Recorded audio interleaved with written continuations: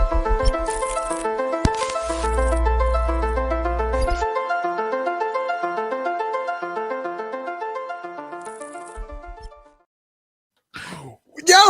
it's Voodoo in the Woods. He's Voodoo Maximus, Piacino Lobo, former UF MMA champion, and I am According to Woods, and we will be breaking down this Saturday's pretty inflated fucking thing. Fuck Brendan Schaub for basically taking out streams, crack streams and shit like that. So, total disclosure: the pay doesn't go to the fighters, right? The pay goes to the UFC.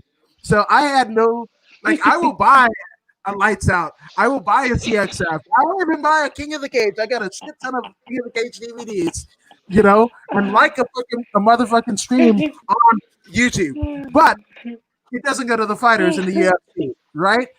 But we are breaking down this much expensive $80 fucking Conor McGregor Dustin Poirier fight, better known as UFC 257. But Voodoo, what the fuck?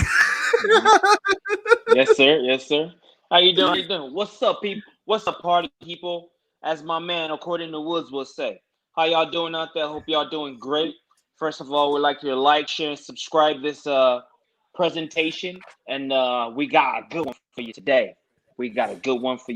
Let's go.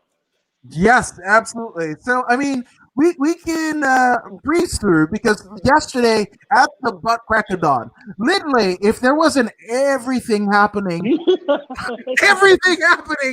the world on a Wednesday, Wednesday's hump day, right?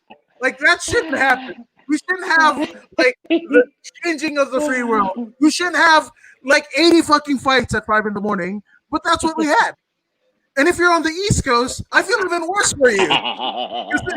Like, the fight started as the bars closed. Not to say that bars closed open on the East Coast, but I'm just saying. But Fight Island, UFC Fight Island 8.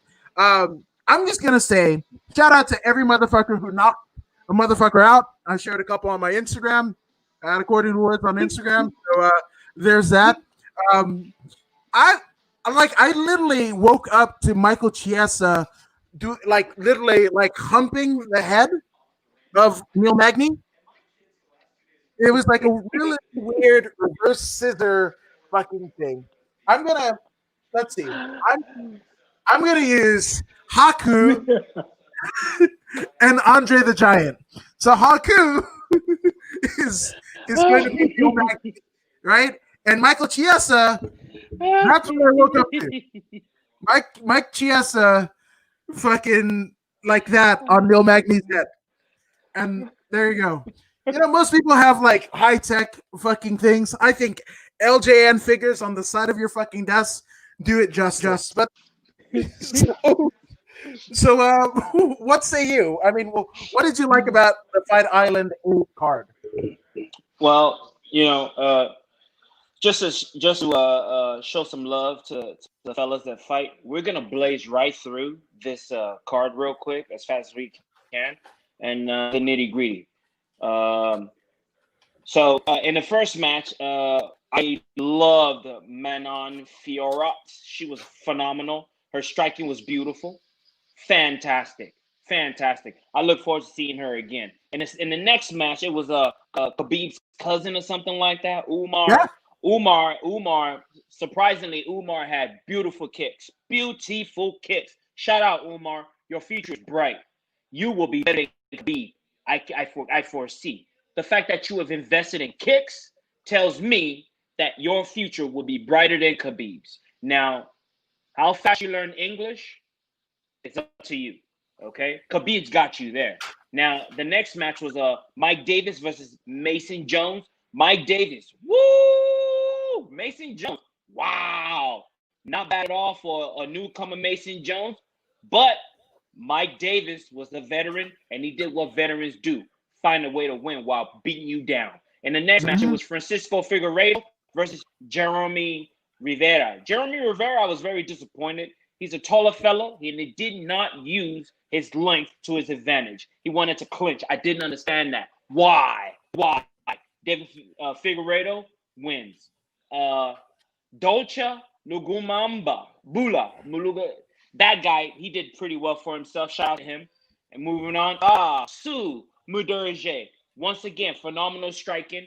Not to count out his opponent, Zaruk Adashiev. That guy was pretty good too. Unfortunately for him, the height advantage was just too much. Su, winner. And then the next match, we have Ricky Simon or Simon. I choose to say Simon versus Pirello.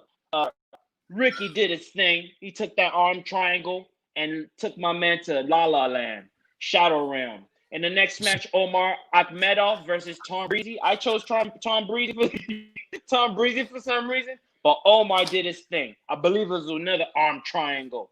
And then in the next match, we have Laron Murphy versus Douglas Andrade.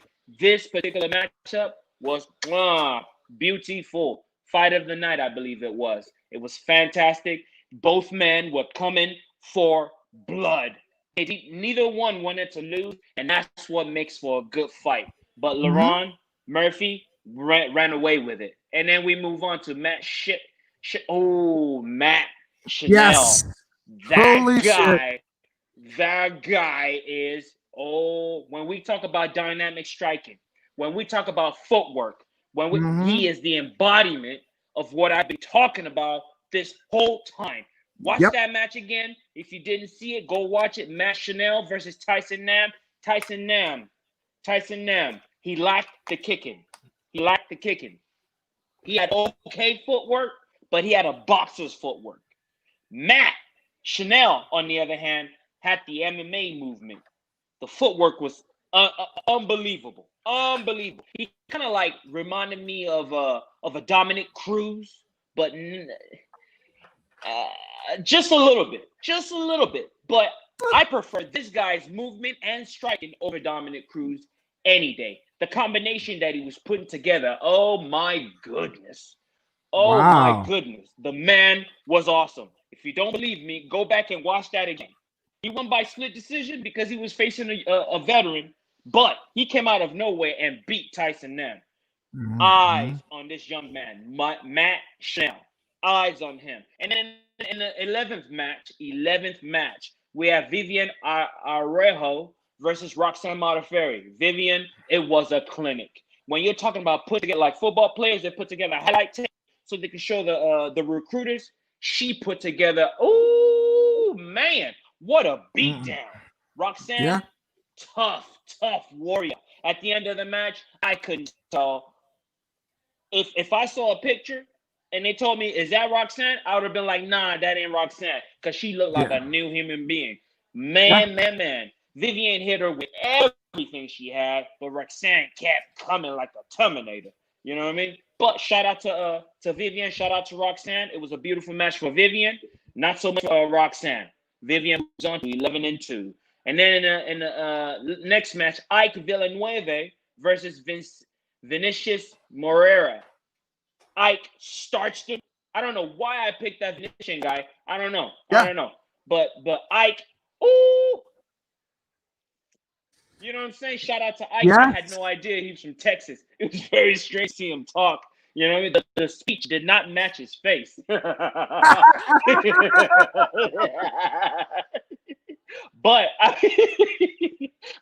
I'm very happy that he won, because now I got to hear the way he speaks. And the man, he's a blue-collar worker. Shout out to him. Ike Villanueva. Fantastic human being. You know what I'm saying? He just wants to do what he loves, which is fighting, while he's living a hard man's life. It is what it is. I know how it feels. And shout out to him. I hope he gets another shot in the UFC. Of course, he's going to get another shot because he did win. And then now we're in the co-main event of the evening. Warley Alves versus Mounir Laziz. Mounir Laziz did phenomenal when he was on Fight Island previously. Yep. So now he's going up against this Alves fella. This Alves fella was not having it. He smashed him into oblivion immediately. Smashed him immediately. Hit him with that liver shot. And that was that. That's all she wrote. And then in the main event, just like we discussed, man. We said it's going to be a terribly boring match. It's going to be a bunch of Mike Chiesa hugging. hugging Neil Magny and hey man, I am not mad at Mike Chiesa. This is what he does best. This is what got him to the table. Hugging. You know what I mean? He's a beautiful wrestler, don't get me wrong. But me, as a fan, I want to see some striking. I mean, I love wrestling. Don't get me wrong. My coach is my favorite person in the world. My coach, Brian Peterson, he's the wrestler. You know what I'm saying? I want to see some striking. That's what I want to see. I am paying ESPN Plus every month to see striking. I don't want to see Mike Chiesa hugging a man that's willing to strike with him, but he chooses to hug. But it is a strategy that worked for him, and it got him the win. I believe the unanimous decision win. Yes. So there you go. That was how that went. And now we move on to the real reason why we are gathered here today. Yes. Now let's talk. Let's talk. What's up now? Yeah, man. We got UFC 257. Again, I mean, you can call it whatever the fuck you want to. You can call it the fucking Bozo Super Sunday show. I don't give a fuck what you call it. This is like Conor McGregor card. This is what it is. I mean, the man has come back around, right? That's the fucking Johnny Cash song. This is it. You know, the man has come back. You know, this is a resurrection of sorts. This is the first fight since the win against Cowboy Cerrone, and that was after a 2-year sabbatical, you know, from Habib, you know, so there was a lot of scandal with Conor and whatever. I don't give a shit about that, dude. Conor, when Conor fights, that people will come, right? Eyes will come, and that's why strategically placed the UFC, even though they are essentially getting the equivalent of, I think it's like 250,000 pay-per-view buys every time they run a pay-per-view. That might be included in the fight nights as well. So the money equivalent of $250,000 purchases, in addition to whatever the fuck we pay. However many people, you might have $1 million on top of that. You might have a 750. I think it breaks the 1 million mark. I think this one does it. You know, especially with crack streams, fucking Brendan Schaub, as I began the beginning of the show. He fucking went and what is it, Tekashi 69, you know, crack streams and shit. Fucking A, man. Like I'm sorry. I didn't boycott shit in 2020. I all the same shit. I just knew there's some fucking evil in everything that I fucking watched, right? And then they fucking dropped a fucking night soccer documentary on Netflix and shit like that, which I still have to get to. But yeah, well, I just assumed that everything was fucking evil. Everything was fucking evil last year that I consumed or whatever, right? But then on top of all this, fucking Brendan Schaub. I boycotted the fucking Fighter and the Kid show. I boycotted, I unsubscribed and shit like that. How the fuck are you going to take crack streams away from us? Because I am a firm believer that you should definitely support the fighters, right? You should support the fighters and shit like that. And the narrative before all of this, right, was essentially all the pay that you from pay-per-views and tickets sold go to the fighters. We have seen in the instances with the Reebok bonuses and lack thereof, in addition to, I don't know, pay-per-view points. You remember that was a thing? Yeah. Mm-hmm. So that got forwarded, and then the UFC still gets a gazillion dollars every time they run a show on ESPN.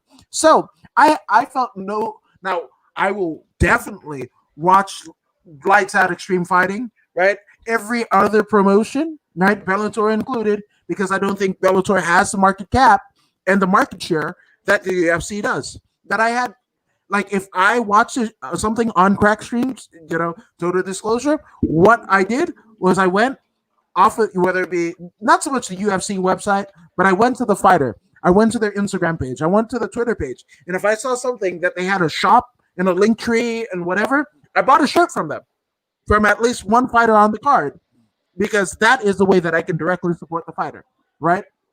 So with that all being said, that's taken away. So we're probably going to have to write off an $80 fucking charge and just our respective wives why we fucking spent $80 on Conor McGregor. But it's fucking Conor McGregor.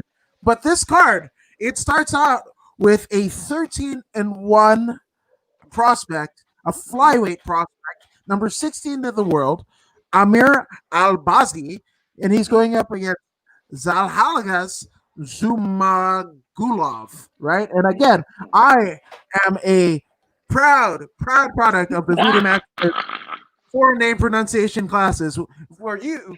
And I know this is after Christmas, but you're getting your tax time.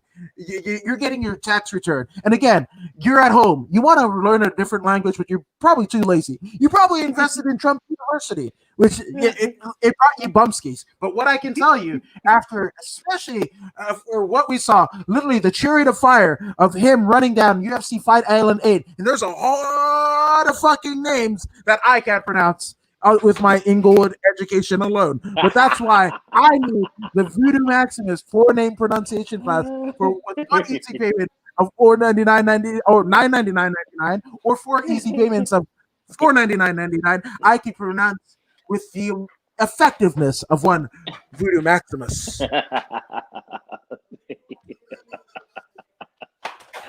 Oh my goodness. So again, this is a flyweight bout, right? Amir Albazi from Sweden, coming in with a 13-1 record, and Zahalgas is coming in from a place with a pretty flag. So shout out to wherever your flag is from. That's cool. He almost looks like he looks like he's from Kazakhstan. He's from Kazakhstan. Exactly. Yep. So him and Borat are fucking buddies. Shout out to Borat. So I mean, what say you? Because I mean, just on name pronunciation alone, this looks like it's gonna be a fucking crazy. Like both men are gonna give no quarters. Zako or Zalgas, pretty much has either unanimous decision or split decision. The last time that he won by any type of finish, it was on Flight Nights Global 62 back in 2017. So he's gone 3 years without a finish, right? But on the other side of the bracket, we have Mr.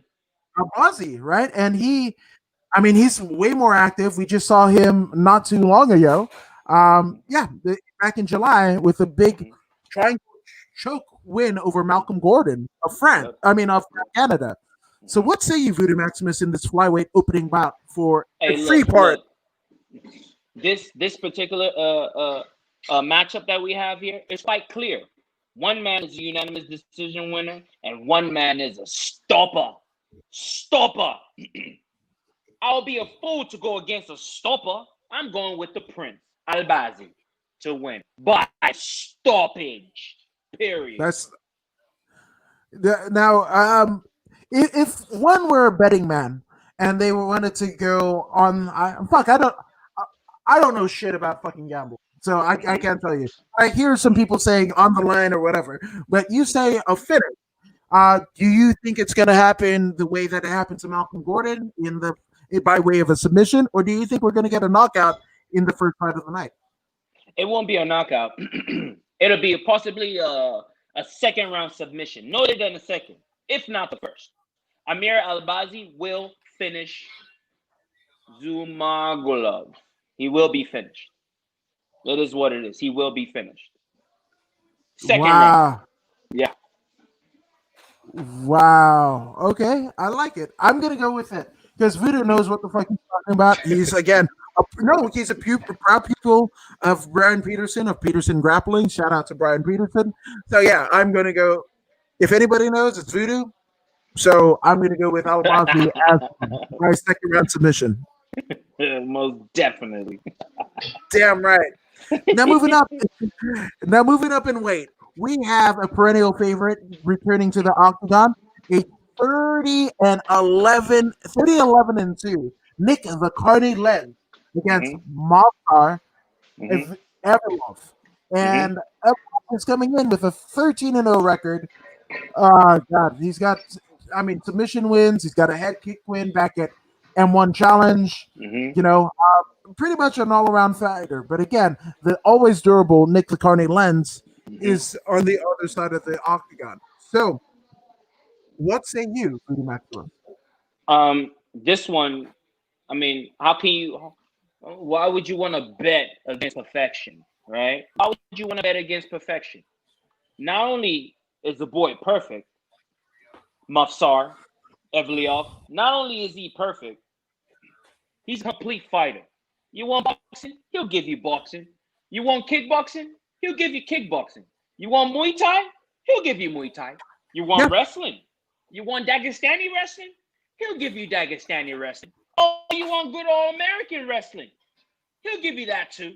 He'll yep, give you that. Whoa. You want Brazilian Jiu-Jitsu? Jiu-Jitsu? He'll give you that too. He'll give you that too. One thing that he hasn't given you yet is a loss. And I will not be stepping in the way of this man. I am going for him to win this match.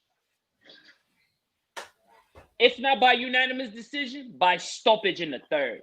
Because he is going up against a veteran in Lens, right? Mufsar is a force to be reckoned with. He is the future. Remember we talked about those kids that grew up in an MMA gym with everything provided for them? This yep. is a product of what I've been talking about. This kid is the future in the UFC. What he has to do now is learn how to speak English, and the rest is history. His The rest is skills are already up there. Now, invest in some foreign language. You know what I mean? Invest in some English. Once he does that, he'll be fine. yeah, and I can't stress it enough. I mean, mobs are definitely. You should take up the foreign name pronunciation classes from Voodoo Maximus. That is the first stop. Fuck Rosetta Stone, maybe even Rosa Parks. I mean Rosetta Parks. You know, Sister Rosetta Thorne. Even Oh, the archetype of rock and roll. But I would rock with and roll with one Voodoo Maximus. I'll probably get obliterated as I roll with him, but even still, it makes a cool story, bro. So hey, mobs are by the that's way, where it is. this is my first candidate for fight of the night. Wow. Oh yeah, Wow. it's gonna be a war. It's gonna be a war because you have to understand this Mavlar, he's not coming here to lose. He likes his undefeated record, and Nicky Lentz is not that guy. He's just gonna push over. You're not just gonna push him over and beat him.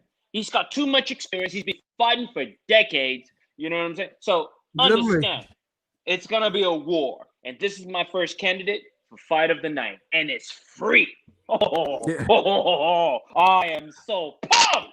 Let's go. Yes. Yeah, fuck. I like free. I mean, slaves being free, hot dogs being free. I don't know why I said hot dogs, but I mean, even still, actually, free hot dogs doesn't taste that great. But anyway, I digress because we have Andrew Sanchez 12-5-0 against Mahmoud Muradov, who sports a 24-6 record. Andrew Sanchez, he's coming off, I mean, El Ditre is coming off of a win over Wellington Turman, which I want to believe that's beef Wellington because I like to eat. I might be hungry, but anyway, even so, he's coming off of a KO win from Wellington Thurman. But on the other side of the bracket, we've got Mahmoud with a 24-6 record. Mach, as he likes to be called, is coming off of, whoo, buddy, a shit ton of wins. Here, I'm not even going to tell you how many wins he has. I'm going to tell you that he hasn't 12. lost. Yes, he hasn't lost since 2016 and David Ramirez, and that was at XFN World Cup, XFN2 World Cup of MMA back in 2016. So, yes, Maximus says it. 12 fucking straight wins. 12 wins. And that coming, we've got some KOs in there. You've got, I mean, this last win was a overran right KO of Trevor Smith back in 2019. So he Yeah. sat dormant the entire 2020 season, but I think is trying to make up for lost time. So what say Yeah. you? I think I'm going, I mean, not to leapfrog you, but I'm going to go with Muradov.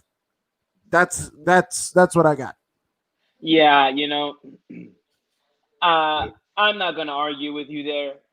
Murdoch, you know what I'm saying? He seems to have found his flow. You know what I mean? He's able to tap into free flow. Okay, once you tap into free flow, being a complete fighter. Some people talk about the flow state, right? See, the thing here is in the flow state, many other athletes can enter flow state, but then there's another level. There's a free flow state. Free flow, right? In the free flow state, you are free to do anything you want to do, striking wise, technique wise. The people who have accumulated so much technique are able to tap into free flow. Okay? There's a difference here. There's levels to this, as they say. And then there's a very select few that can access free flow. You got to be free to throw leg. You got to be free to throw kicks. You got to be free to throw hands. You got to be free to throw elbows. You got to be free to throw knees. I mean, if we have a discussion, there are some people that that aren't good kickers. And if they're not good kickers, they could just access the flow state. But to access the free flow state, you have to have all these weapons handy. And if you don't, ain't no free flow for you. You can dream about it, but there isn't free flow. Okay? And Muradov, he knows how to access free flow. And I am going with Muradov to win this match as well. Even though Andrew Sanchez is very good in his own right. I'm not saying he's not, It's just that too many unanimous decision wins for me. I mean, yeah, he's got some knockouts here and there, but towards the end, when the going gets tough for him in the UFC, lot of decision wins. He doesn't have the ability to access free flow and take fools out, and it is what it is. So that's my pick. Muradov is my guy. I'm going with the Mac. I like it. I fucking like it. I like it. I love it. I want some more of it because that I think it's a stellar pick, and I think I mean if you're a betting man, that's where you go. So shout out to Mr. Moradov. Now we got some big boys because we have Marcin Parchino. Parchino. We have Parchino. There we go. Not Parchino. Maybe I want a cappuccino subliminally. But anyway, he's got a 13-5 record, but he's going up against the South Bay, California zone. Even though he's essentially relocated to Thailand, he's the one and only Khalil Roundtree, who's worth an 8-4 record that the Warhorse does. So, what say you, Voodoo? This is a tough pick. This is a tough pick because you have two individuals who are non-free flowers. They are not free flowers, but they do have the ability to access level 1, which is a flow state, which is good. No problem, no problem. You're gonna get a slugfest here. It's not gonna be the prettiest of slugfest, but yeah, I don't know. I don't know. But in this case, I'm just gonna pick Khalil Roundtree because I know him a whole lot more than the other fella. What's the guy's name? Marcin. Yes. No disrespect, Marcin. I've just been riding with Khalil a lot longer than you. I don't even know you. So there you go. I'm going with Khalil to win this one by decision, split decision, because this fella here, he's a 32-year-old. I mean, he's been in the game for quite some time. I mean, 2013.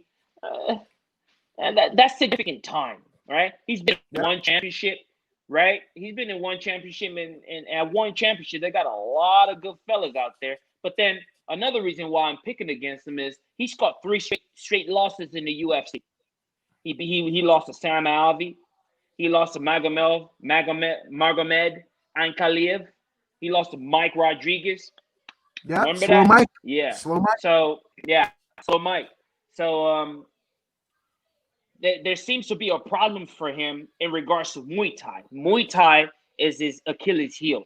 So this guy is actually custom made for Khalil Roundtree. So Khalil is going to go in there, assassinate his character, and then the UFC is going to get this fella out of there, and Khalil moves on with his career. Yeah, absolutely. But it's a special shout out. And not just to Khalil, who grew up here and was a product of Black House for a time, but also Mr. Leonidas, Joe Henley, who also has relocated his family to Thailand. And Joe Henley, a veteran of many a fight, um, including the Golden Boy Tito Chuck 3 card. But a good friend. So shout out to Henley and shout out to Khalil Roundtree for this one. So I'm definitely betting home team on this one. That's right. That's right. I'm not mad at you for that. Absolutely, because I don't want to be mad at me for not picking them. So I'm just saying, even though they're in Thailand, long distance dedication, I might get a DM, an angry DM. So again, yeah, So in the bantamweight division, the fifth fight of the night, we have Sarah McMahon, 12 and hmm 5, the number hmm ninth ranked women's bantamweight fighter in the world, and she's hmm going up against the Venezuelan vixen Juliana hmm Pena. And hmm Pena has a pretty impressive record herself, 9-4, the number hmm eighth bantam ranked uh, women in the world as hmm ranked by Tapology. So, hmm what say you, Vidu? Well, Sarah McMahon, we know her to be a former wrestler, right? A former Yes. wrestler. I believe she's an Olympic silver medalist in wrestling. So clearly, her wrestling is pretty legit. Pretty legit. I mean, one of the best. Top three. Top three in women wrestling. We'll give her that. We'll give her that. Even if I'm wrong. It doesn't matter if I'm wrong. But we'll give her that anyway. And then now she's going up against Juliana Pena. Juliana Pena is coming back from giving birth. Her first match back, she faced a very, very tough Jermaine Durandamy. Come on, man. Jermaine Durandamy. You know what I'm saying? Jermaine Durandamy is an assassin. I believe she's Yep. the number one contender in the 145-pound division or That's 135. I can't remember which one, but she's up there and she's bad. Coming back from giving birth, and this is who you throw her to straight to the wolves, man. She's been in there with Valentina Shevchenko, Nico Montano, Cassiano, Jessica I. I mean, the list goes on. Now, in regards to Sarah McMahon, this is where things get interesting. Sarah McMahon, when I look back at her career, three people stand out to me. We got Ronda Rousey in 2014. She lost to Ronda by a knee to the liver. Okay, I can understand that. Things happen. But then she got in there with Misha Tate. Misha beat her. Misha out grappled her, is what happened. Misha out grappled her, and it was a majority decision. And then she got in there with Amanda Nunes. Amanda lit her up and then choked her out, rear naked choke in the first round, right? So those three people have qualities that Juliana Pena possesses. So yep. on that note, we're not even going to move any further. Even though she's a great wrestler, Juliana's a great submission artist, and she'll strike with you. And she Yep. always moves her feet. She moves her feet, which is going to make it difficult for the wrestler to set up and shoot that double leg or that single. You know what I'm saying? Juliana's waiting for this, right? She's gotten time from the last time she faced Jermaine Durandamy to prepare for this next matchup, right? And I believe that the UFC is feeding her, Sarah McMahon, to push Juliana's career a little bit further on along the Yep. way. So I'm going with Juliana Pena to win this one. Split decision. Split decision. The wrestling is going to be tough, but I do Yeah. see a split decision win. Dominant grappling is going to take effect here.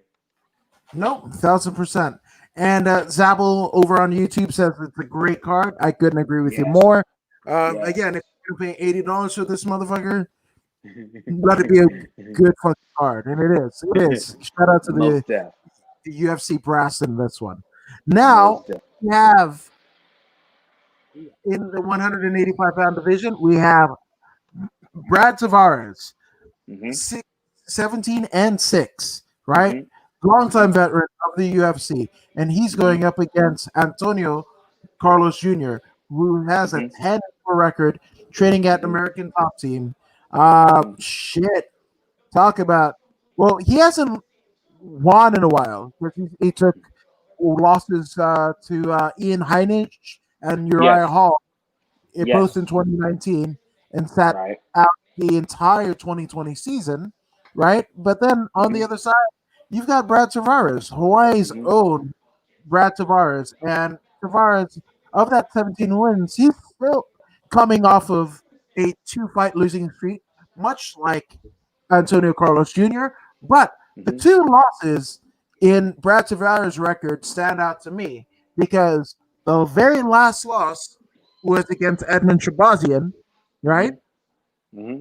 And then the loss before that is the current champion, one Israel Adesanya, and that was Hmm. on the Ultimate Fighter finale. But he has Yes. wins over Christoph Jocko, Hmm. Thales Rectis, Elias Lordo, Hmm. Nate Marquardt, and Hmm. again, a win over Nate Marquardt shows you how long Brad Tavares has been in the game. Yep. So Yep. that Yep. says a lot. But what Hmm. say you, Voodoo? Whew. This one. Okay. We have here in Brad Tavares, a veteran of the sport. He's been fighting since 2007. To understand, the man knows his way around the cage, right? But at the same time, he's unfortunately he's only able to access flow state, right? He cannot make it to free flow state. It is what it is. Uh, uh, he kicks, he kicks, but it's not like Edmund Shabazian, who can Right. access free flow. It's not like Israel Adesanya, who can access free flow. Better So than anyone. right, right. But on the other hand, we have Antonio Carlos Jr., who also unfortunately is not able to access free flow, but he does bring something to the table that's significant. You know what I'm saying? His jujitsu is next level. His jujitsu is next level. You know what I mean? So I mean, I'm looking at his thing. He's got rear naked choke, flying triangle, rear naked choke, ground and pound. You know what I mean? Eye poke, no contest. Rear naked choke. The man is a backpack, a human backpack. Arm triangle. He's coming after you. He's been gone for a while. Yes, he has been gone for a while. But I don't know. Is Brad Tavares ready for this jujitsu ace? I'm not sure Brad Tavares is ready for this jujitsu ace. So I'm going for this jujitsu ace to steal one no later than the third round. He's gonna steal a submission. Unfortunately, I would like to see Brad win, but I don't. I just don't. I'm just not sold on his jujitsu defense, especially a guy who's primarily a jujitsu artist. I Yeah. don't know. I hope Tavares win, but my money is gonna be bet on Antonio Carlos Jr. Yeah. No, 100%. So you've got Antonio for, you said submission or Submission. submission? Submission. I Yeah. I like it. I like it. I just, again, I like vets, right? So Hmm. I don't know. He's a vet. He's from Hawaii. I'm gonna go with Hmm. Tavares unanimous decision, but that is pulling at my heartstring. I know the likelihood of what you just said. That is probably 100%. I mean, like I'm literally, hoping for. I'm like Bruce Springsteen says. I'm hoping for a miracle. So that's it. and You and know. and I mean, first of all, he's an island boy. You know what I'm saying? So you're bound by honor to pick him. You know what I'm Yeah. saying? And one of us gotta pick him. You know Yeah. what I'm saying? This is Brad Tavares, man. He ain't no pushover, but at the same time, I don't know about his jujitsu. You know, He's his, gonna his get ju- pushed in a way that he hasn't been pushed before. That's for damn sure. unless he Yeah. gets that quick knockout, boom. Yeah. You know what I'm saying? Which So there you which go. Tavares has been known to do. So yeah, it could Yep. go either way. Yep. But I'm just gonna say unanimous. Oh no, I'm gonna go split decision Tavares. Okay. That's I'm yeah, down with that. I'm down with yeah. that. I'm down with that. So in the 155-pound division, we have Arman Arman Sartukian. Yes, and he has an impressive 15-2 losses. He's only tasted defeat 2 times in his entire career. That Mm-hmm. that is incredible. But Mm-hmm. he has a tough job cut out for him because he's got Mm-hmm. Nasrat Har. Well, fuck it. Voodoo, you take that away, bud. Hey, when Fight Island first occurred, I remember this Armenian fella, Armin Sarukian. Yep. Wow, I had never seen. Now when we talk about free flow, he embodies free flow, right? I am being a little you know what? His striking is so good that he gets a free pass into accessing free flow, even though his ground game is not the best, right? His ground game will be his weakness, but it's okay. This guy can access free flow based on his striking alone. Based on his striking alone, he is able to access free flow. And I said it then, and I'll say it again. He is the very best Armenian striker that I've ever seen. This guy Wow. right here. This guy right here. I said it then, Wow. I say it again. Armin is, even though he speaks Russian, Armin is the best. Armin Tarukian is the best Armenian striker that these eyes has ever seen. Armin, the man is good. The man is very good. He's going up against what's the fella's name? Nasrat Nasrat. Mohammed. We're just gonna call him Nasrat. That There you last go. name is tough. Yeah. That last name is tough. Nasrat, Nasrat himself started off his career lighting folks up. He lost his very first match, but I'm looking here, and he went on an incredible win streak. He fought for Superior FC, AFC. We love MMA. I don't know what that's about, but We love he's knocking MMA too. everybody. Damn it. We love MMA. He's knocking everybody out in the first round. First round. We love MMA. First round. Then he went back to Superior FC. Third round knockout. And then he came into the UFC. He lost to Marcin Held. Unanimous decision. And then he beat Mark Diakesi. Yeah. Yeah, and then he beat Tybalt. Goot beat him. Joaquin Silva, left hook. And then he lost to Drew Dober. Now, Drew Dober, what do we know about Drew Dober? He's got sniper. He's got sniper-like hands. Yeah. But Drew Dober is just a flow. He's just a flow state guy. Don't get me wrong. Accessing flow state is very impressive. Not everyone can access flow state. Most folks can. But Armin's on the whole another level, man. His kicking game. His kicking game, his hands. Oh my goodness. I'm going with Armin to win this one. It's gonna be a tough one. My second choice for fight of the night is gonna be this one. Battle of the two strikers. Who is better at accessing free flow? Who is better at accessing free flow? That question will be answered on Saturday. But I'm guessing Armin will be that man. I'm picking Armin.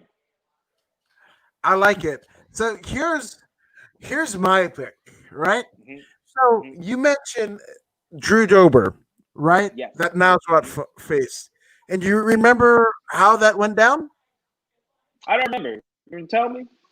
He got KO'd in the very first round of the UFC 46 card. Do you know who headlined UFC 246? Who did? Donald Cerrone and Conor fucking McGregor. Oh, yeah, that's right. Yes. So, guess what's happening this time around? Conor McGregor is headlining a card. So, do you want to see what my chances or what Nasrat's chances of walking away from the octagon in what side of the docket that he leaves in? I think Nasrat is going to get KO the same as he did on the first Conor McGregor was a part of. So I'm going, much like you, I'm voting the other way with Armin, and I think that's a good. I think that's a good pick. and I agree with you 100%. Armin is a fucking sniper. He's a sniper. I wouldn't be surprised if it's a head kick knockout. I wouldn't be surprised. Yes. I wouldn't be. Yes. I wouldn't be surprised if it's a dragon whipping his tail as Armin throws a spinning whip kick, the spinning heel kick, and takes his head off. I wouldn't be surprised. Armin is that guy. He is. Hey, the only thing Armin is missing, I saw Armin speak English. It's not bad at all. He's on his way. But he seems a little bit too reserved, a little bit too shy. Hey, Armin, look, you're a very, very special fighter. You're a special fighter. Take a little risk. Take a little risk. Your English is sufficient. It's better than 99% of the Brazilians out there. Your English is good. Put a little deposit down on that. Like the stock market. And you never know, man. You never know. You got the looks. You got the fight skills. You got everything you need right there, ready to go, Armin. Test the waters a little bit. Grab that mic and practice. Do something. Armin. This is your time, Armin. This is your time. You could be the next Armin Sarukian. I don't want to say the next Conor McGregor. You could be the next Armin Sarukian. All the kids could be looking up to you next. You know what I'm saying? So, Armin, you got the skills. Now grab that mic and build your platform. You're going to need three things. Your platform, that mic skill, and you already got the fight skill. So let's go, Armin. Make us proud. Make us proud. And again, if you want to invest in yourself, you want to deposit a little bit in what you need to do. You should look no further than Voodoo Maximus foreign name pronunciation classes by Voodoo. And again, for one payment of $999.99 or 4 easy payments of $499.99, Voodoo Maximus, a scholar, again, a proficient person to succeed versus my gamer. That's what we do. You too can have the mic skills of the king of Nokia Theater, former U of MMA champion Voodoo Maximus. So there you go, Armin. Holla if you hear me, in the words of Scott Steiner. That's right. Damn. Hell yes. And says, good evening, gentlemen. Good evening, Shaman Steve. What up, Shaman? Shout out to Shaman Steve. And why the fuck do I think it's morning? I have that UFC card. Fuck me. Waking up, but crack of dawn to fucking watch people throwing fisticuffs and putting their feet in places where you shouldn't really put feet. I'm just saying, the body wasn't designed to take a foot to the ass. But then, if you're a badass kid that disrespect your parents and shit, that's what you get. I'm just saying. Yeah, move that. So here's another interesting fight. We have Mariana Rodriguez, 12-1-2, right, from Brazil, coming off of literally a loss to the Cookie Monster, former Invicta and UFC strawweight champion Carla Esparza. Very first loss. No, the very first UFC strawweight champion, Carla the Cookie Monster Esparza. We got to remind people of that. We got to remind them. You know what I mean? Right now, we've got killers holding that title. Murderer. We've got a murderer. But the very first was Carla. Carla, that much is a legend. A legend in her own time. A legend in all of our minds. At least it should be. Right? So that is Mariana Rodriguez, right? But she is going up against the equally impressive, equally Brazilian Amanda Ribas, who sports a 10-1 record. The last win of Ribas coming over none other than Paige Van Zandt in her final, what seems to be her final fight, not just in the UFC, but in MMA, as bare knuckle fighting welcomes her literally on February 4th to the squared circle. But she also has wins over Ronda Marcos, Mackenzie Dern, Emily Whitmer. So what say you? Two Brazilians, two impressive records. How is this going down, Voodoo? Two Brazilians enter, one Brazilian leave. Which one would it be? It's very simple. Amanda Ribas. Amanda Ribas. Straight up. Now, what does it take to stop an Amanda Ribas? What does it take? It takes a Poliana Viana KO knockout. That's what it takes. That's what it takes. And if you don't have a knockout power, understand that Amanda Ribas is going to be all over you. All over you. Yep. Ask Mackenzie Dern. Yep. Champion ace, jiu-jitsu ace. Ask her what the unanimous decision was like. Ask her. Ask Randa Marcos what that unanimous decision was like. You know, the list goes on of victims. The list goes on. Mahina Rodriguez. Sorry, you're pretty good yourself. You're pretty good yourself with just one loss. You're pretty good, but you know, it's not happening. It's not happening. There's levels to this. And Amanda Ribas with the submission victory. 3rd round. Yeah, no, 100%. And again, there's nothing against Mariana. Nothing against her at all. But it's just the amount, the caliber of the wins that Ribas has. And again, I think, they being the UFC brass sees a lot of upside, especially in the aforementioned fight with Paige Van Zandt, right? I think the same kind of marketing materials and dollars that they put, on Paige Van Zandt for many a time, I think they're looking at Amanda Ribas as somebody. I mean, this is her 2nd trip to Fight Island, I believe, right? Yes. Yes. So. And another thing, Amanda Ribas is a Brazilian that's making that effort. One, she's got the looks. Right? Yeah. Hey, what? She's got looks? What? Very marketable. Very marketable. You know what I'm saying? Now, probability of her getting a commercial and reading off the cue cards, high. She's marketable. Platform building every single day. You know what I mean? Fighting style. Beautiful. Exciting. We want to see her fight. And we also want to hear her speak.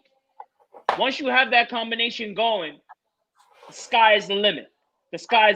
Now, how many fights can you get Amanda Ribas this year? That's the question. How many fights can we see her this year? Can we see her in the ring at least 3 more times after this one? Can we see at least 3 more times? This is the question. The more Amanda Ribas you give the people, the more they're going to like her. She's got that personality.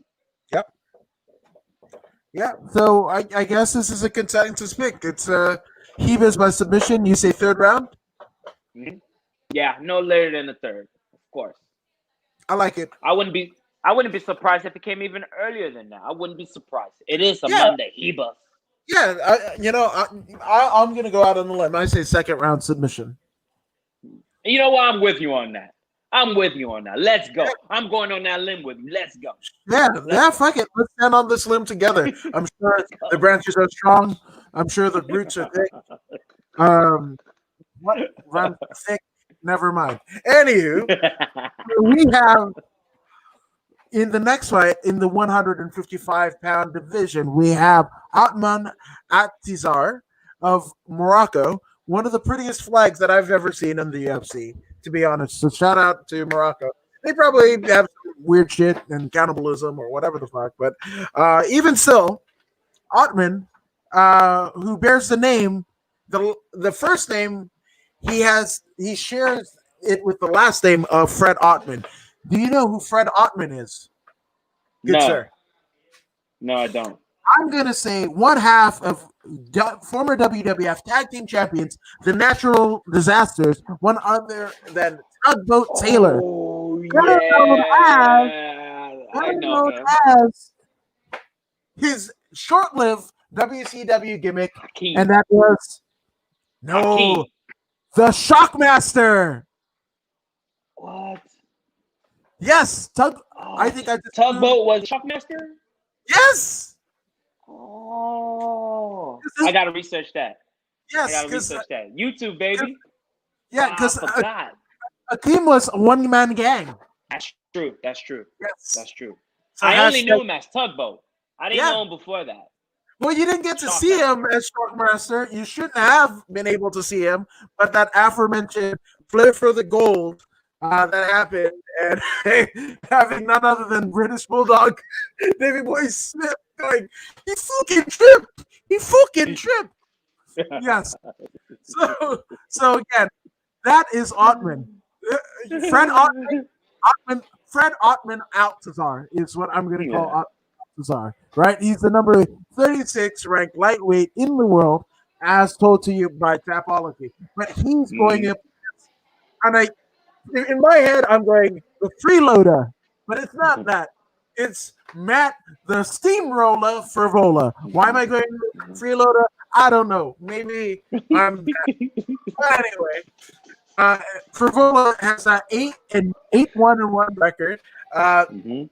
and is coming off of a pretty big win over Violent Bob Ross, Luis Pena, and he also Mhm. has a win over our friend, former CXF champion, the Tarantula, Jalen Turner. So, holy hell! But on the other side of it, you have Ottman. Ottman is coming up. I mean, it's funny because we've got the steamroller in Matt Frivola, and we've got the bulldozer Ottman Altazar, right? Mhm. Mhm. Coming off of a big win over Commer Worthy, a fucking Mhm. KO win of Commer Worthy, and in that fight, Mhm. I definitely picked against him. I thought Karma Worthy was going to take him out, but in the first I round, picked against him too. yeah, absolutely. That was a consensus Mhm. pick, but he fucking knocked out Karma Worthy in a way that Karma Worthy had never been knocked out. So, Bulldozer versus Steamroller. Holy shit. This one, we're getting a knockout here. There's no way Yeah. in hell this goes to a fucking decision, especially how high in the card that it is, right? This is what, like Mhm. the second from the co-main event, right? The third Yep. from the Yep. event. Yep. So yeah, I, I know somebody's getting knocked out. I don't know who. And for that knowledge, I'm going to go ahead and semiopathically harness myself to one Voodoo Maximus because he is going to tell us all we need to know. Let me tell you. Let me say, like I said before, why mess with perfection? Why mess with perfection? But I will give you evidence. Okay, when you look into Ottman's record, something is consistent. Something is consistent, and that's a whole lot of knockouts. But Hold on. but these are a whole lot of first round knockouts. That's the key. That's the key. The kid is highly explosive, highly explosive. Due to his explosiveness, he is able to access free flow. Free Yeah. flow. Yes. He can strike with his hands and his feet. Beautiful. Beautiful. Beautiful striking from this young man. The speed. Oh my goodness. The speed.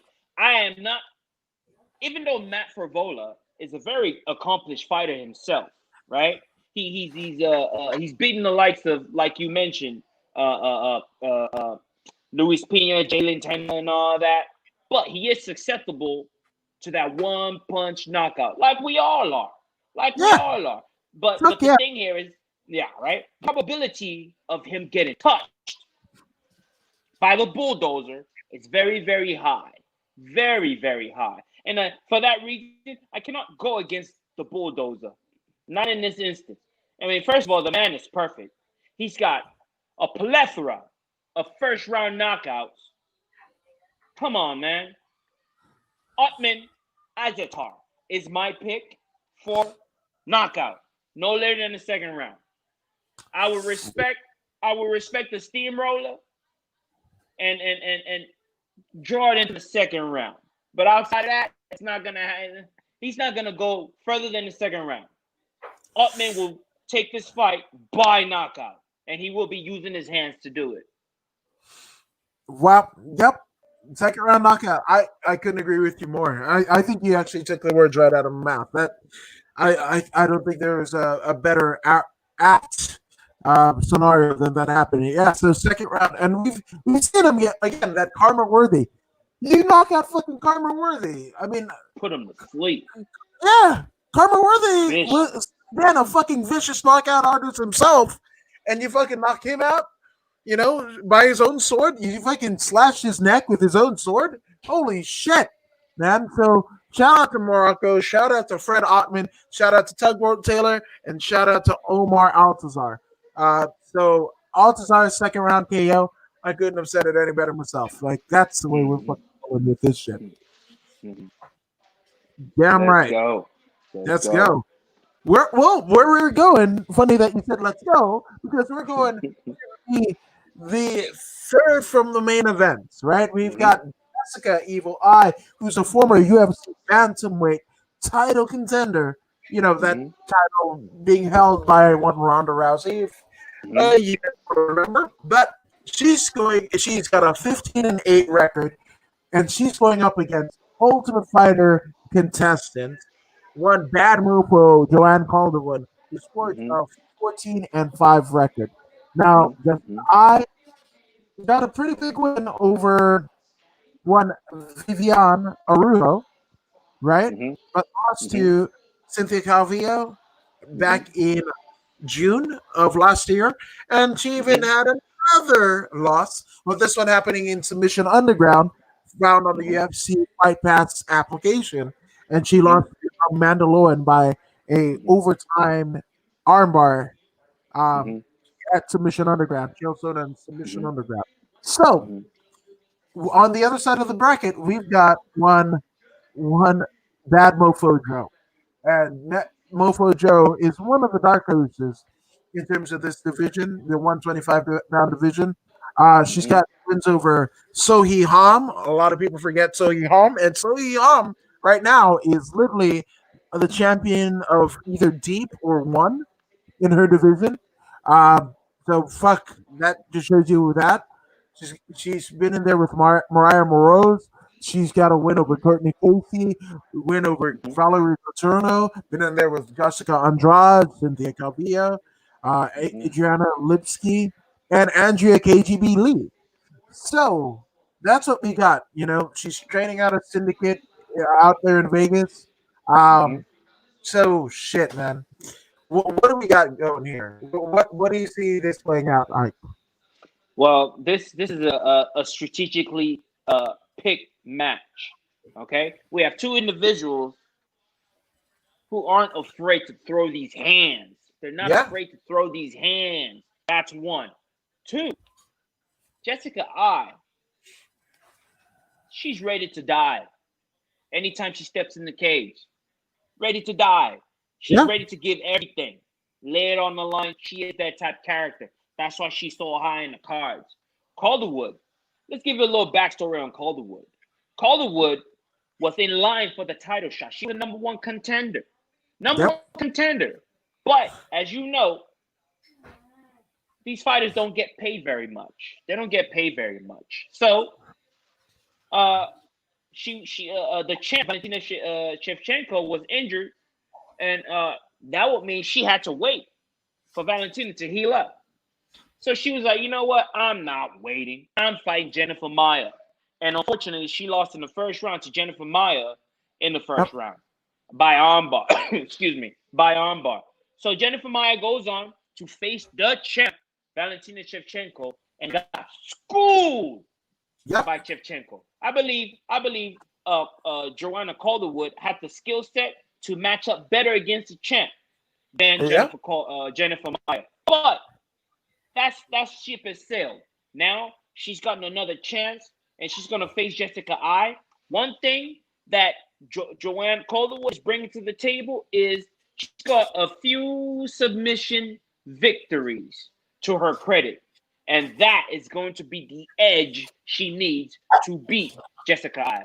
If anything happens on feet, she can change levels, go for the takedown, put her up on the fence, grind her up, elbow, this and that, put her on the ground. And we know that Jessica has issues with ground fighting, and Yep. it is what it is. I believe uh, Mofo, bad Mofo, is able to access flow state a lot better than Jessica I. I do not believe Jessica I is skilled enough to access flow state. Yep. No, But 100%. Calderwood can.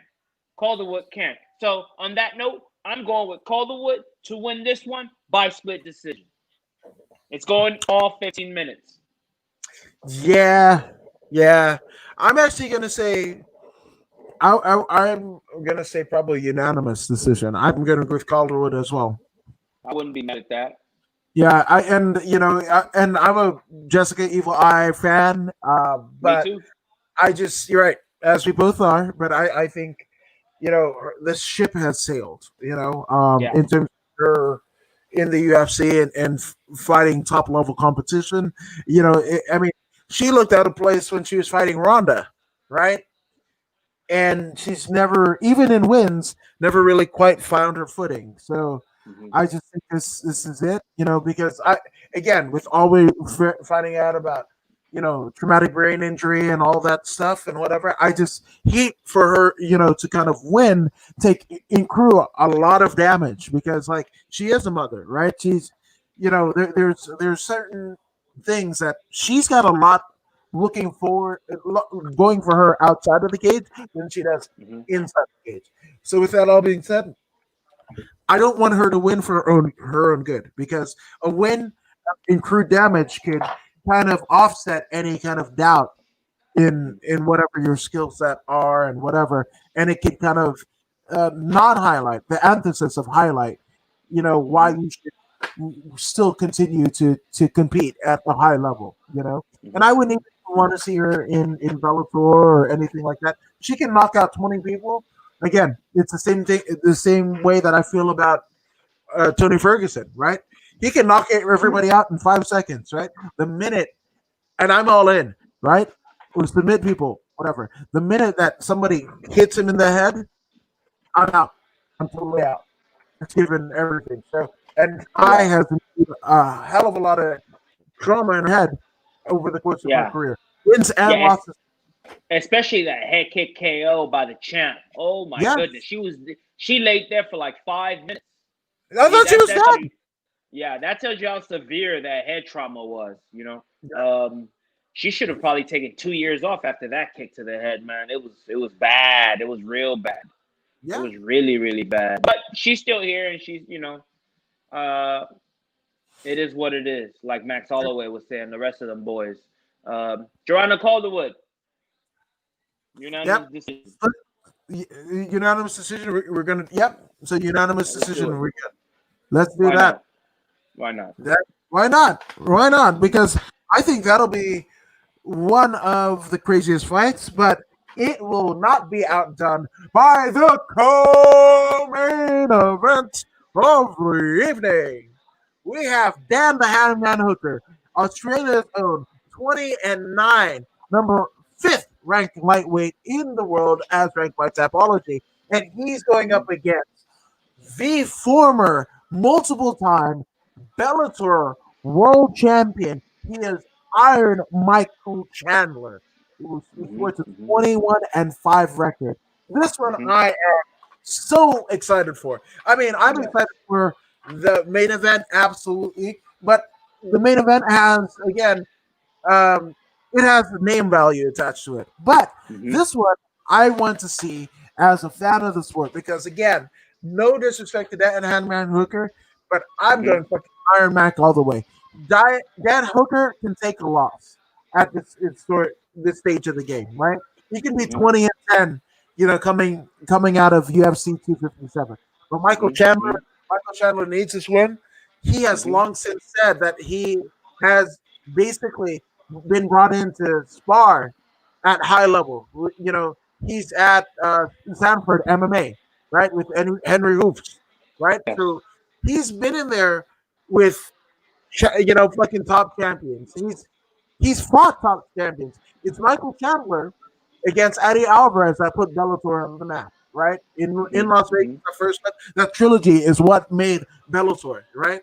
So Mm-hmm. not to say that Michael Chandler deserves it because it, it's hard for us to say you deserve anything in MMA, right? Especially as Mm-hmm. a combat or sports athlete. But I Mm-hmm. just would like to see the champ in another organization will come in and run roughshod and school hooker.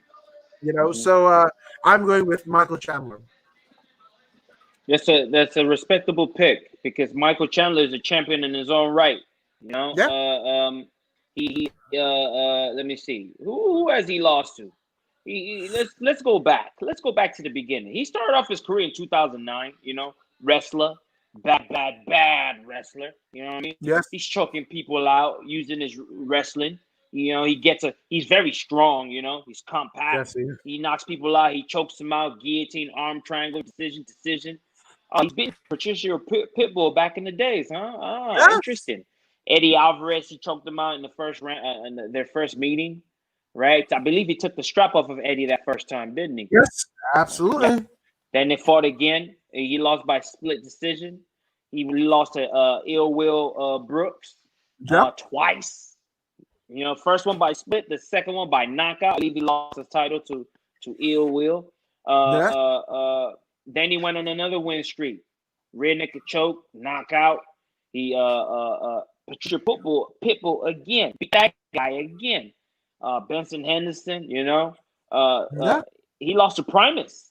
Doctor yep, stoppage. He hurt his ankle. yep, Oh, yep. he At, took those he at took those Madison Square Garden. I remember that. He took those kicks to Yep, the calf. He took those kicks yep, to the calf, and then his foot started flapping like this. I yep. remember that.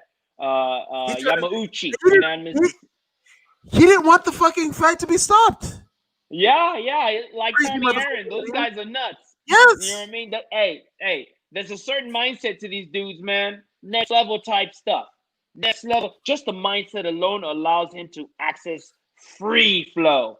The mind. You know what I mean? Free flow accessing with that mind. The man is an accomplished fighter. Accomplished fighter. And then finally, he beat Pitbull twice.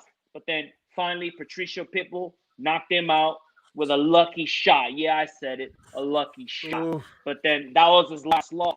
He came back and beat Sidney Outlaw, right cross, beat Benson yep, Henderson. I think he knocked out Benson Henderson the first time Benson's ever been knocked out like that in his career. But then we're yep, talking about Dan the Hangman Hooker from New Zealand. The man is game. The game. When we're talking about game, he is the game of the UFC. Yes, he is. He only had one amateur fight back in 2009, and then he went on, to do his thing. He's got lots of yep. losses. He's lost to many folks, but then he's also beaten very many folks. He knows how to fight. He knows how to grapple. Oh, he lost to Yair Rodriguez by unanimous Yes, he did. decision. Interesting. He lost to Maximo Blanco too. Yep. Interesting. But then he also lost to Jason Knight, But then he found he found his flow and put together a 4-5 win streak until he ran into Edson Barboza. You know about Edson Barboza. Those kicks they come pretty fast. Then he put together another 3-5 win streak, the likes of James Vick, in which he dispatched us in the first round. Al Quinta, in which he beat by unanimous decision. Paul Felder in that beautiful war in New Zealand, his first headline against Paul Felder, which is fantastic. Then he came back against Dustin Poirier, another headline, another beautiful matchup. And wow. Now we're in the situation that we're in. Mike Chandler called out, "Who wants some of me?" Yep. Everybody tucked tail and ran. Yes, they did. They tucked tail and ran. But Dan the Hangman Hooker said, "Oh, Mike, I'll fight you, Mike." He said, "I'll fight you, man. I'm not afraid of you, Barbie doll." He called him some kind of model. Barbie doll model. Hey, it is what it is. The man will say whatever he has to get a fight. The man will say whatever he has to get a fight. This is what you get when you're dealing with Dan the Hangman Hooker. Now he's Damn got the right. reach advantage. He's got the reach advantage. Let me introduce you to Dan the Hangman Hooker. Let me bring the reach advantage that he's bringing to the table, because this is very significant in a matchup like this. Every little advantage counts. Yeah, Mike Chandler's, he's bringing a whole lot of wrestling prowess, a whole lot of explosive power. He's bringing all that to the cage, but there's no data on the UFC website for Mike Chandler, but it's okay. We know Dan the Hangman is 6 foot tall, right? He wins mostly by knockout, 50% knockout ratio, 35% submission. He goes to decisions sometimes. Yeah. He's 6 foot tall, 75-inch reach, 42.5 in the legs. So he can kick, he can elbow, he can knee. He's number 6 in the UFC for a reason. Number 6 for a reason. He's been in there with the very best. He's been there with the very best. And he's the type of dude, upon every loss, he comes with knowledge and he reaches the next level. Now, the question is Dan Hooker able to access free flow? I say yes. Dan Hooker is able to access free flow based on his intelligence. Based on his IQ is very high. Very, very high. And I'm guaranteeing you that he's coming with an answer for Mike Chandler. He's coming with something. Now, for Mike Chandler to win, Mike is gonna have to Mike Chandler, do not try and strike with this man. Don't do it. Just do what you do best, which is take down and ground and pound. Grind him out. Grind him out. This is your only way to win. Yeah, you've been working with who's Mike Chandler's coach again? Henry Hoops? Hoops, yeah. Yeah. That guy is a beautiful kickboxer. Henry Hoops is a beautiful kickboxer. Excellent kicks, excellent striking, But that is not you, Chandler. You don't kick. You might kick to the leg, but you can't kick 3 dimensions of the human body. You cannot kick to the head. You barely kick to the body, but yes, you do kick a lot to the legs, which is great. But Hooker can do all 3. He goes to the head, the body, and the leg. So based on based on that alone, initiate your wrestling, take him down, do what you got to do. Secure victory is your priority, Mike Chandler. Secure victory. You do not need to impress Khabib. You don't need to impress Khabib. You need to win, though. You need to win. That's what you need to make it. I mean, a win will put you right there with the top 5ers. You'll be right there in the mix. You need to win if you want respect. Do not try and entertain Khabib. Khabib is nobody for you to entertain. Okay, I am sure you already know that, though. You already know that. But understand this. I am going with Dan the Hangman Hooker to win this one. Yes, I am. Yes, I am. Okay. Somebody's got to pick that guy. I am going with Dan the Hangman Hooker. He didn't work so hard for some dude that came from Bellator and got a shot straight to the top. He got put on a rocket ship that shot him up straight to the top of the top 5. Now he's mingling with the top 6. Are you serious? I mean, okay. But I got to stick with Dan the Hangman Hooker. Mike Chandler is deserving. He is a champion in his own right, but he's tasted victory before. He's tasted titles before. Dan the Hangman Hooker hasn't. I believe he's got that edge, that little chip on his shoulder, that monkey on his back. That right there is going to help him get past Mike Chandler and put Mike Chandler back in line like everybody else. He's going to move on to the semifinals of this tournament that they got going. Well, that isn't even official yet. Yeah, it's not an official one. But, I mean, theoretically speaking, I'd say if Khabib, and that's the weird, if Khabib is really tired, he should have been stripped, thus being the fight between Dustin Poirier and Conor McGregor. That should be the title fight, right? And then the winner of this is the number one contender, right? And who'd have thought? Who'd have thought that you could potentially have, right? Conor McGregor versus Michael Chandler for a world title in the UFC in 2021. That could happen. That could absolutely happen. Now, with that all being said, right? I want Iron Mike Chandler to win either by ground and pound or submission. And again, Hooker is no slouch. He's there in City Kickboxing with Eugene Berriman, with obviously the champ Israel Adesanya. There's a litany of Kai France, I believe, is in there. There's a shit ton of guys at and gals at City Kickboxing that are tremendous. But again, he's young. He can take a loss in this deal. A loss here it's not the end. It's not thwarting any type of title contention that he might have in the future. 2022 will be Dan Hooker's year. Any fucking fight other than this fight right here, I'd be picking Dan the Man Hooker all the way. I just think for relevance for the Bellator World title, with the respect of the Bellator World titles that Michael Chandler has won, here's the thing. Dan the Man Hooker, all due respect, he's never been in Madison Square Garden to ply his trade, right? True. Right? Michael Chandler has, and he lost the world title. And I think you talk about monkeys on the back, you talk about chips on the shoulder. Well, guess what? I think that Michael Chandler has enough monkey chips on his extremities that his nether regions to pull off a second round finish. Whether that happens by ground and pound, whether that happens by submission, I don't know. I'm not Nostradamus. I cannot tell you the future. But what I can tell you is what I believe, and you don't have to have fact to believe in anything, right? That in itself is fact. So I believe that Iron Michael Chandler, former Bellator World Champion, will finish Dan the Hangman Hooker in the very second round. It's going to be an interesting match. This match, I will also say, is in running for Fight of the Night. Oh, hell yeah. Because they've got something to prove. They've got something to prove. Most definitely.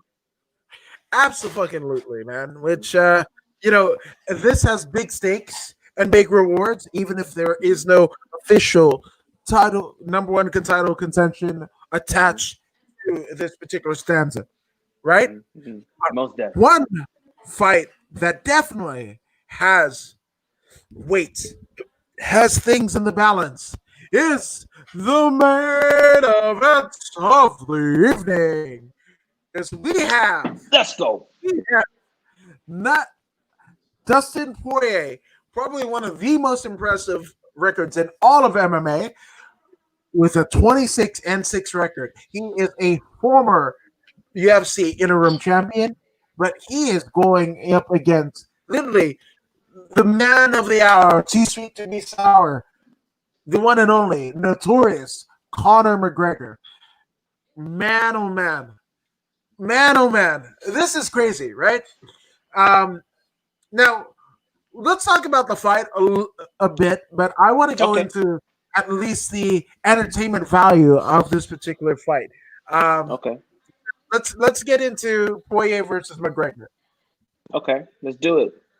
What do you want to? Where do you want to start? This is such a huge, like Trump would say, huge. This is. I thought we were done already. Yeah, this is the biggest match of the year, right here. This is the biggest match of the year. There's no one else. Nope. Not even Khabib. No, not even Khabib. Not even Khabib. Nope. Khabib cannot command such attention. He can't. Yeah. He can't. Look, when McGregor was out, what was Khabib doing? Nothing. How much pay-per-view did he sell? Not as much as Conor. You could take all of Khabib's. You could take all of Khabib's fucking pay-per-views, right? Every pay-per-view that he's been a part of, that he wasn't even in the main event, and one Conor card outdraws all of that. It is what it is. Facts. Facts. We got the numbers to prove it. It is what it is. Facts. Yeah, is Khabib 29-0? Yes, he's 29-0. He's 29-0. Yeah. Did he beat Conor before? Yeah. He was a nobody until Conor fought him. That's a fact. Yeah.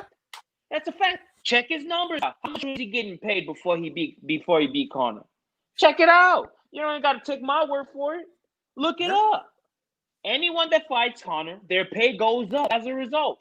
Anyone that fights Khabib, their pay stays the same. It is what it is.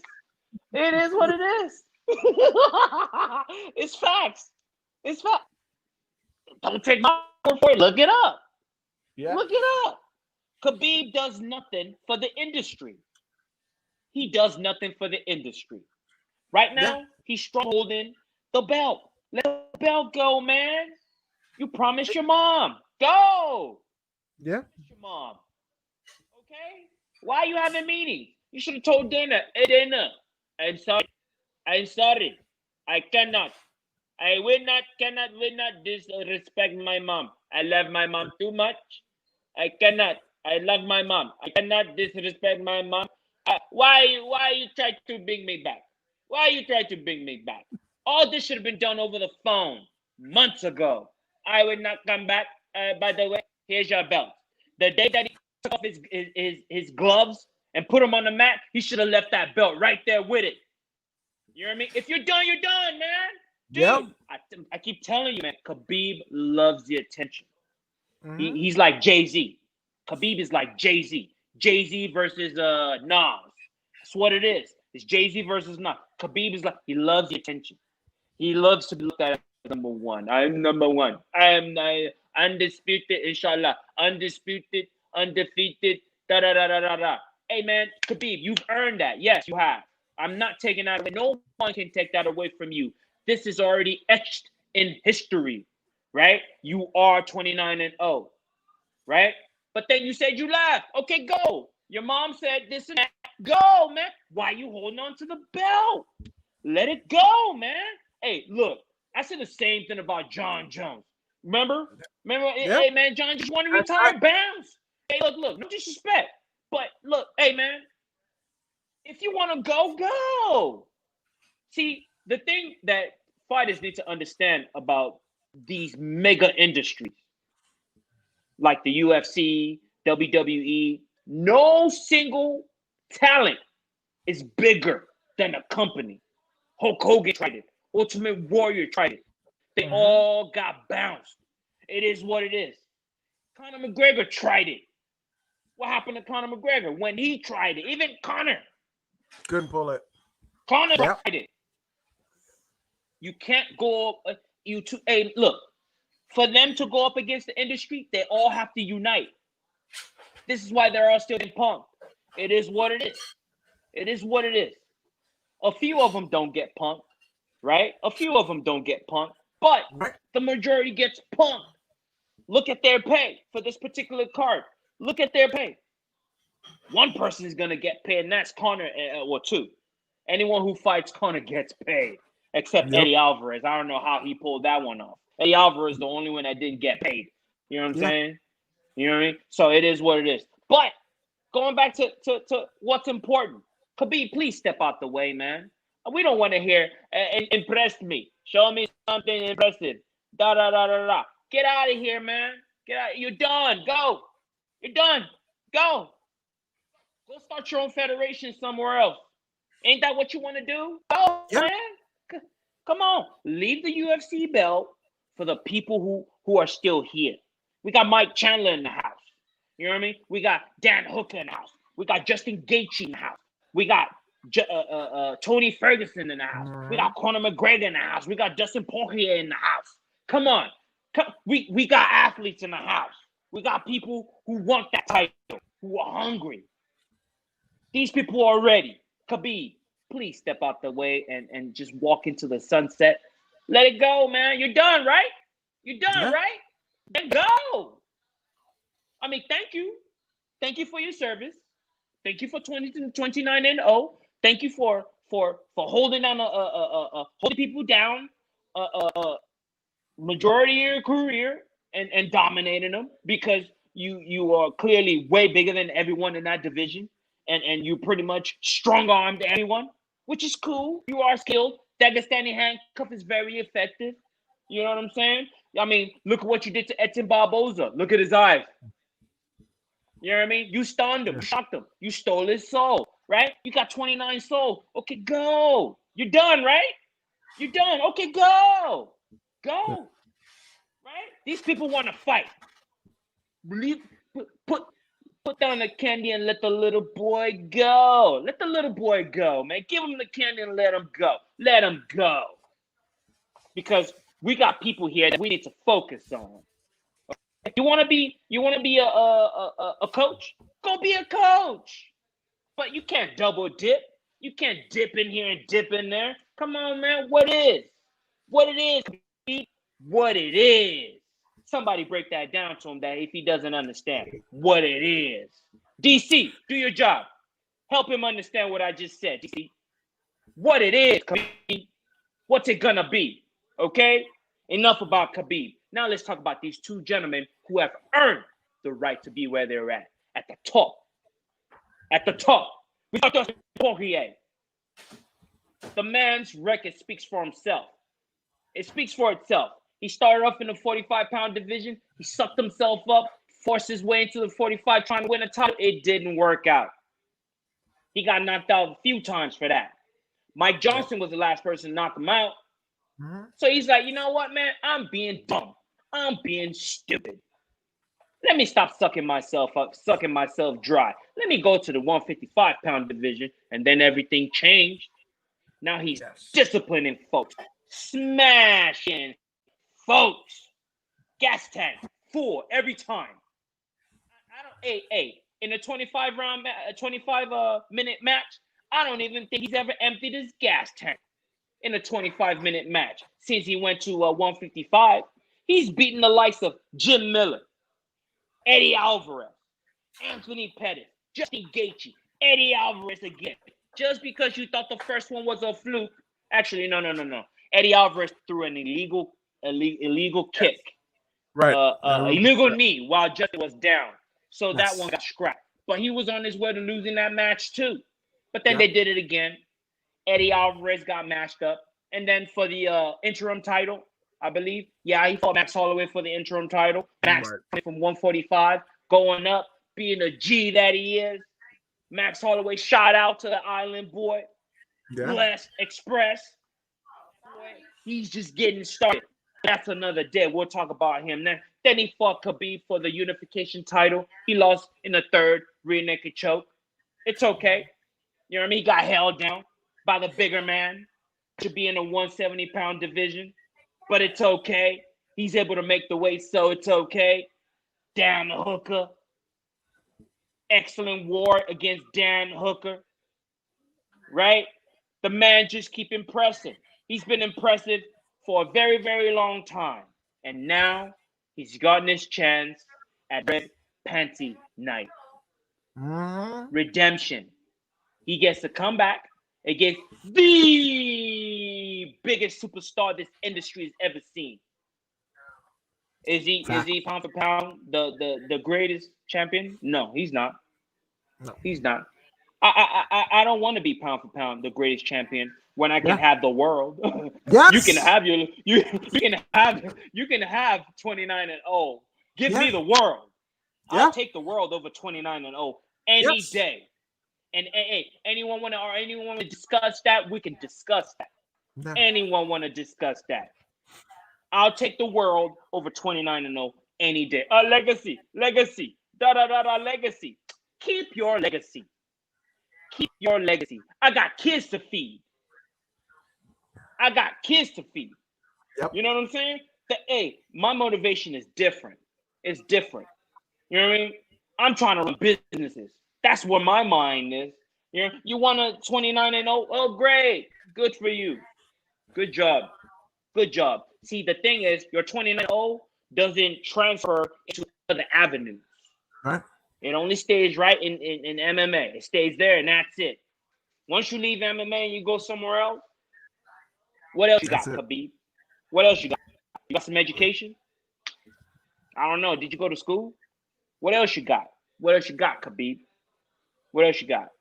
Right? Did you make that money yourself? Was it your money? Or was it that dictator's money? It's questions. I'm just speculating.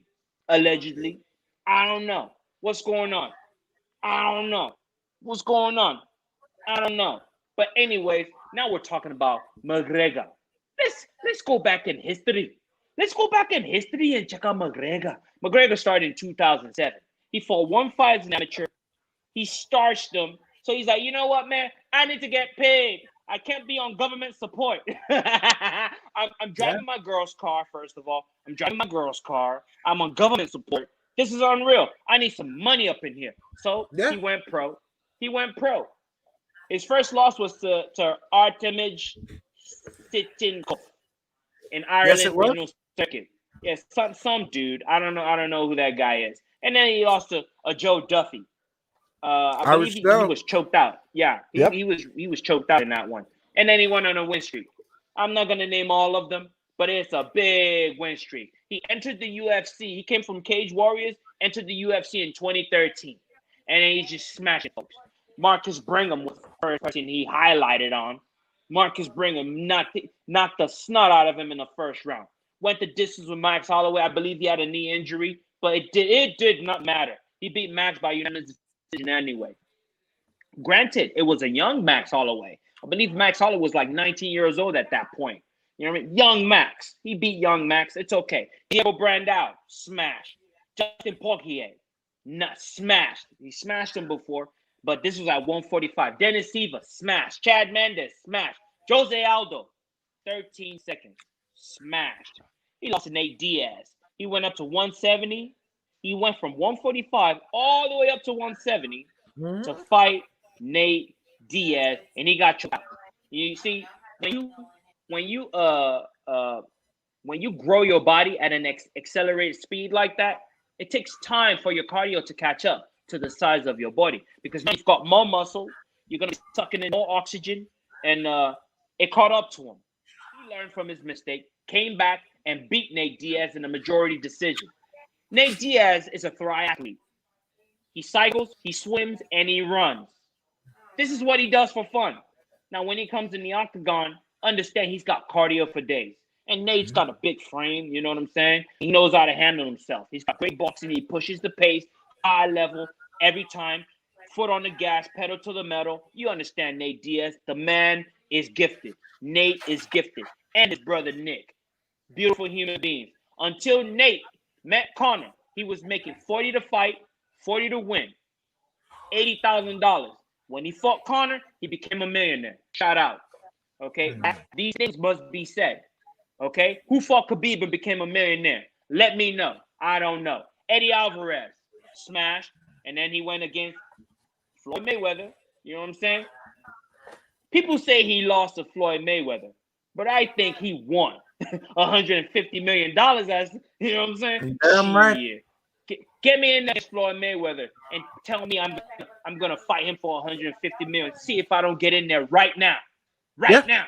I'll fight Floyd right now. Right now for $150 million. Come on, man. That's not a loss. That's a win. So, anyways, he comes back, he fights Khabib. According to Corner, he wasn't right. He wasn't mentally right for that fight.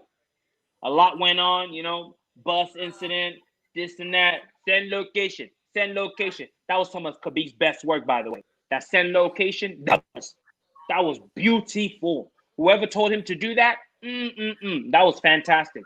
But one thing that I don't like about Khabib and his clan is they jump folks. You know what I'm saying? Where I come from, it's man to man. Man to man where I come from. He runs with a crew. I mean, when he ran up on Artem Lobov, you know what I'm saying? It was like 15 of them with one Artem. And it's like, I slap him. Man, you slapped him. Yeah, you did. But then you have 15 dudes with you. If he would have fought back, y'all would have jumped him. That's the truth. That's what y'all do. After the Conor fight, you proved me right again. What y'all do? Y'all jump Conor.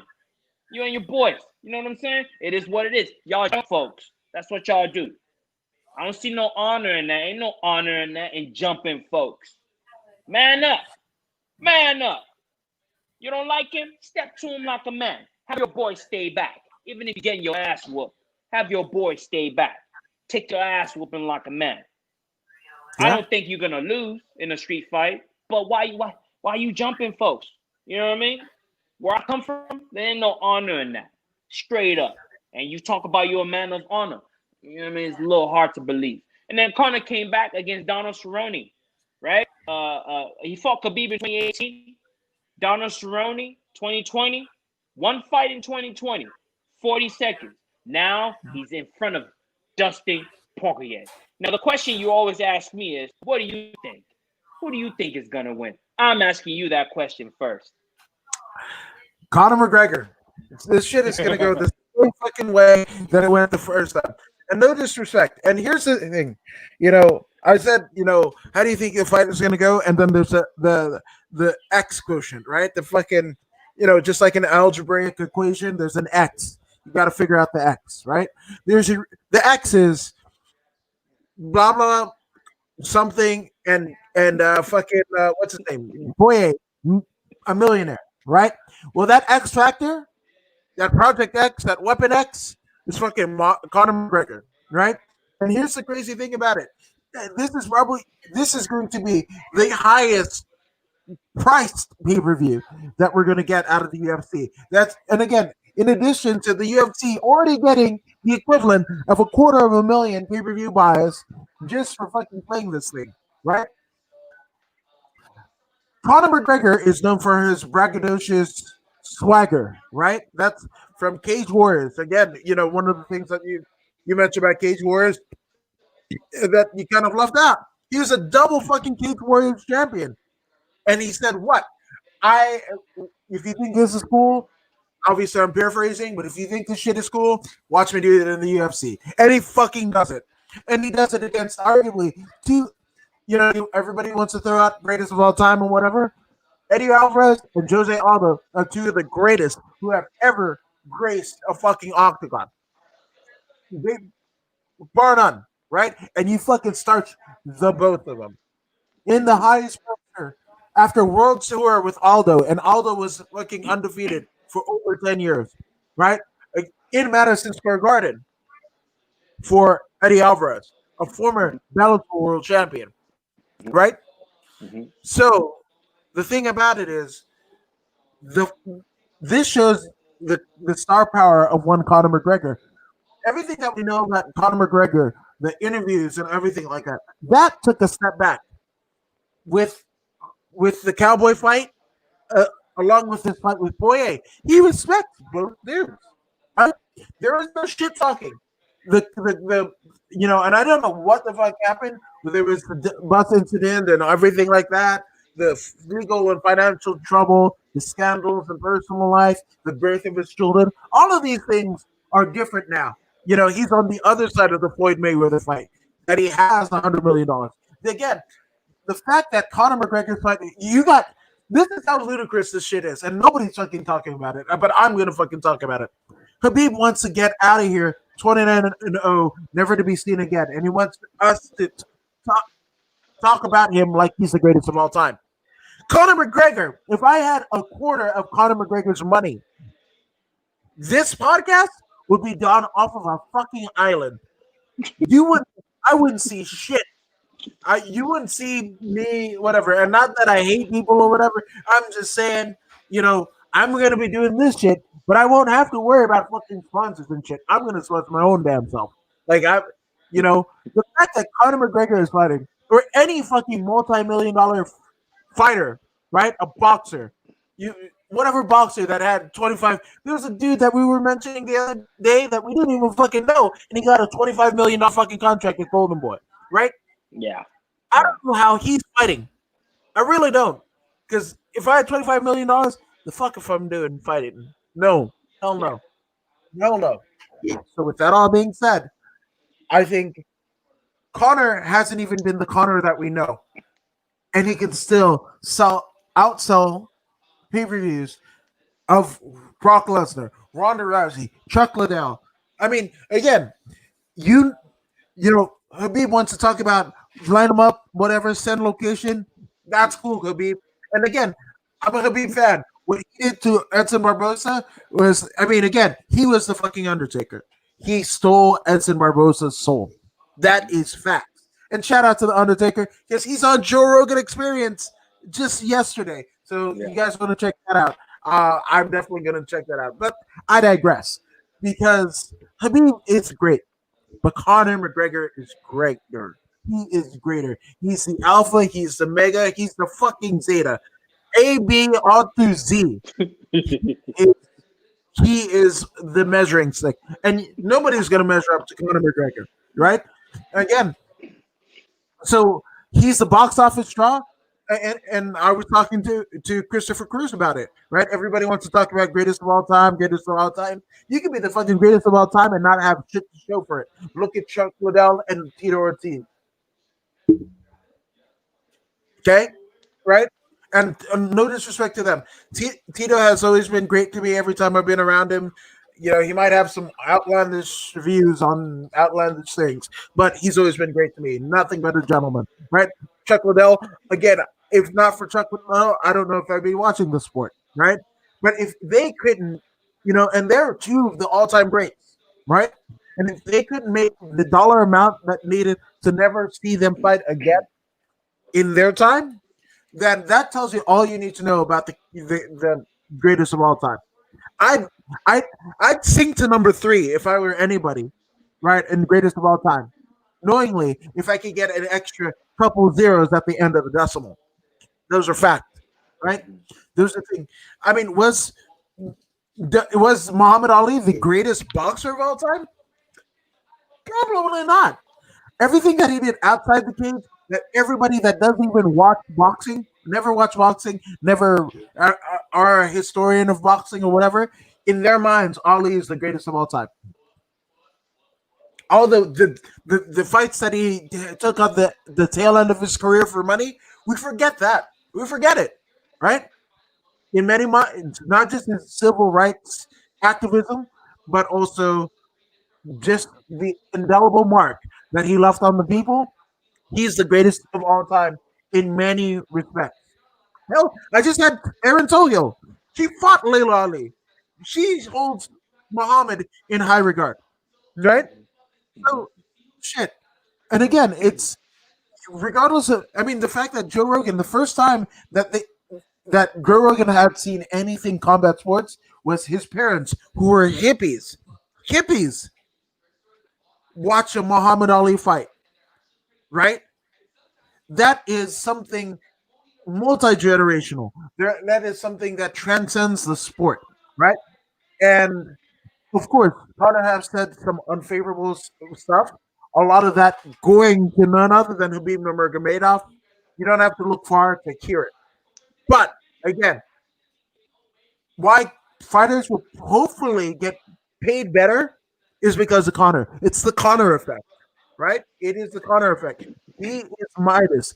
Everything he touches has turned to gold. Literally in the ring and outside of the ring, like into the octagon, outside of the octagon. So again, I'm going. And the thing about it is, anybody that says I heard some of the most outlandish ish I've ever heard. Somebody said Conor McGregor is a fluke, and I was like, no, no. For that statement to be true, that would mean that Eddie Alvarez would not be the bad hombre that he was. That Jose Aldo wasn't undefeated for over a decade. Like the Cage Warriors, championships in two division are garbage. You can't. No. Hey, look, No. look. It's very simple. It's very simple. Hey, man, folks are gonna hate. Folks are gonna hate. They're not gonna give credit where credit is due. Let me tell you something, man. Not only fighters are gonna eat when they fight Conor McGregor, all them reporters on YouTube, Yep. all the Yep. all the clips that they're gonna get, they're all gonna eat. Conor Mhm. is feeding many families every time he fights. It's a fact. Mhm. It's a Yep. fact. The numbers don't lie. The numbers do not lie. They do not lie. Nope. Anyone who does a story on Conor, they get hits. It is what it is. They do. You know what I mean? Yep. Look at YouTube. Go and look at YouTube. Don't look at Conor's channel, the Mac Life or whatever. Look at everybody else's channel. They're all look at when Conor's on and look at when he's not on. Look at their numbers. It speaks for itself. They're gonna get paid for those hits. Yep. They're gonna get paid for those hits. Conor is good for business. Conor is good for the up and coming fighters. How is Conor good for the up and coming fighters? They're asking. Is that your question? I will answer that. Conor came from what do you call it? Welfare. Yeah. So you could say he came from nothing. Now look at him. Immediately he made a little money. He started investing immediately. He came back and made some more. He invested some more immediately. Yeah, he's buying suits and all, but understand that all those suits and recently he just bought what, $1 million watch? Something like that. He bought $1 million. Do you really think he bought $1 million watch? He didn't buy $1 million watch. He put the money down. Officially, he put the money down. But all that money is coming back when he does his taxes. This is the difference. The man is a platform. The platform is paying for everything you see. All those fancy cars that you see. The yacht. He's not paying for that. Company is paying for that. And the money is going to come right back to him. He's not wasting money. Understand that he is not wasting money. Okay, he's selling you a show. And when he goes home, he's a regular guy. When he goes home. But when he's in front of that camera, he's selling you a dream. It is what it is. This is what he does to make money. I'm not mad at him. This is what he does. You know what I mean? Hey, understand. You take your money. You keep your money. Don't buy nonsense with your money. Okay? Let your LLC, like Conor, let your LLC buy the nonsense. So your money can come back when you fill out your taxes. You hear my man here, according to Woods, say all the time, well, I'm gonna have to write that off.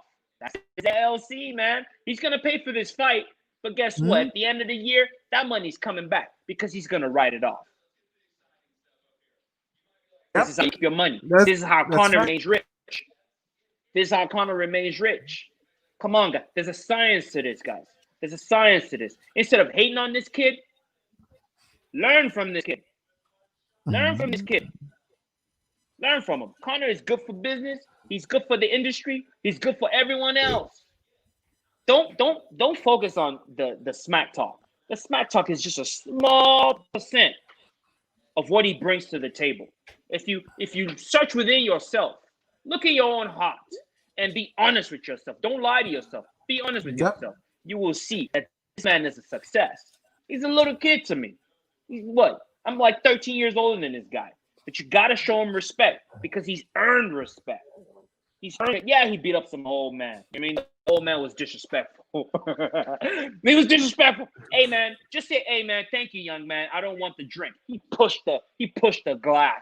Disrespectful. I know Conor was drunk already. So smack the old man. I'm not condoning smacking old people. Please do not get me wrong. I'm not condoning slapping old people. He lost his school for that split second. But another thing that people need to understand. He came at too much money at a young age. Too much money and fame at a young age. And still he's able to keep himself together. Of course you're going to stumble here and there, the old man, some rape case or whatever, sexual harassment. Hey, man, this comes with the territory. He understands that. The kid is well-read. He's well-read. He's a martial artist. Hey, when he fought Nate Diaz, I loved Nate. I know Nate before Conor. I sat back and I thought to myself, Nate is great. But Conor is good for all fighters. Nate is a perfect example. 40 to fight, 40 to win in this last match. And then he called out Conor McGregor. You taking everything I work for. Nate made $80,000 to win that match. Wow. 80. Can you believe that, Nate? All the years that he's fought prior to that, and $80,000 was all he could make. Are you serious? 80. Yeah. Nate Diaz. This is Nate Diaz we're talking about. Nate Yes. Diaz has been in the company prior to that match some 10 years. And $80,000 is the most he can make. 80. That's 80. Now he fights Conor. He's requesting $1 million, $5 million. Now that's what I'm talking about. This is what I'm talking about. Any man that can feed another man like that deserves respect and love. Yep. You Yeah. So ain't this why we're here? We're here to make money, right? We fight right. to make money, right? Yeah. Right? The man is helping others make money, and you can see. But I will give shout out to the fighters at the little press conference that they had. The four of them. Yes. Those other 3 fighters, man. Those other 3 fighters. They gave it up. They gave respect where respect is due. Yes. You can't be mad at that. Nope. Chandler, he was the most outspoken. He gave respect to the man. You know what I mean? He didn't talk smack. He didn't try to steal the moment by preparing a fight or start a fight so you can get a match with Conor. You know what I mean? He did the right thing. He did the right thing. You know what I'm saying? He did the right thing by saying what he said. You know what I mean? Yes. Conor is the best thing for this business. It is what it is. Even his Dustin Poirier said the same thing. Even though Dustin's got a bad taste in his mouth from the last fight. Even Dustin gave it up to him. Yeah. You know what I mean? And I know it ain't because of the $5,000 that he's gonna pay to his charity. It's not because of that. This is deeper. When you get to this level in the game, you learn to respect someone like this. Even Hooker. You know what I mean? I want to get on a Conor McGregor card. Hooker said that. I mean, this is how it should be. This is how it should be. And why do you think Khabib hates on him so much? Khabib feels he is the one that should be in that position. But God didn't bless Khabib with this gift, this outlier status. God didn't bless God blessed Khabib with super wrestling. But God didn't bless him with superstardom. It is what it is. Stay in your place, Khabib. Let the man do what he does best. You know what I mean? Give up the belt and let these guys do what they do, man. You know what I mean? You claim I'm not going to hold up the division. But what are you doing right now? Holding up the division. You know what I mean? You're not a man of your word. When you said, my mommy said I shouldn't fight anymore, that should have been the end of it. That should have. You know what I mean? I was talking to my friend, Robert Hooks. Shout out to Robert Gong Fu. He was talking about, yeah, man, Khabib, he's an honorable fella. He's going to stick to his word. Now Khabib is like this. I sent him an email. Hey, what's up with your boy, man? I thought you said he had honor. Yeah. He's a man of his word, a super Muslim. Money speaks, I guess. Or is it the little devil in his ear? Ali Abdul Aziz. Or maybe it's that guy pulling the strings behind the scenes. Who knows? But to cut the long story short, Conor McGregor's my man.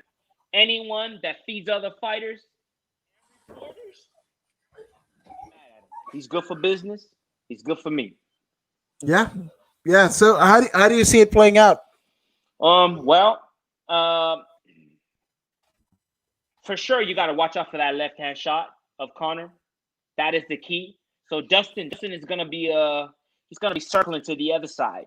He's gonna be looking for takedowns. Dustin is gonna be a complete mixed martial artist for this fight. He's going to draw it on into at least the 4th round before he gets knocked out. Yeah, so 4th round KO? Yeah. I like it. It might even happen before. Yeah.